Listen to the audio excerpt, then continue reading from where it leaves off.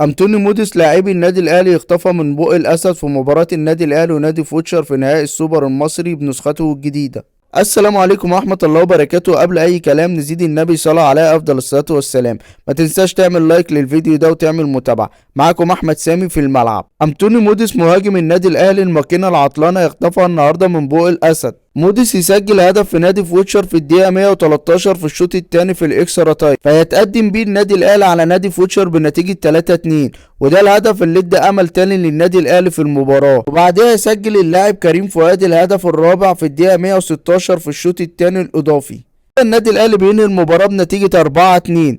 مستر كولر عمل النهارده تبديلات في الدقيقه 70 بعد ما النادي الاهلي كان متقدم بنتيجه 2-0.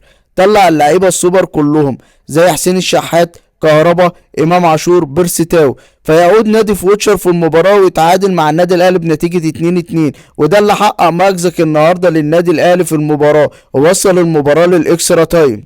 فيعود المهاجم موديس الماكينه العطلانه للنادي الاهلي يسجل الهدف الثالث في الدقيقة 113 يعود بها النادي الأهلي للمباراة. بعدها كريم فؤاد في الدقيقة 116 يسجل الهدف الرابع. هطلب طلب من مستر كولر، الكورة دي مش مضمونة، الكورة ممكن تبقى في ثانية معاك وممكن تبقى في ثانية عليك.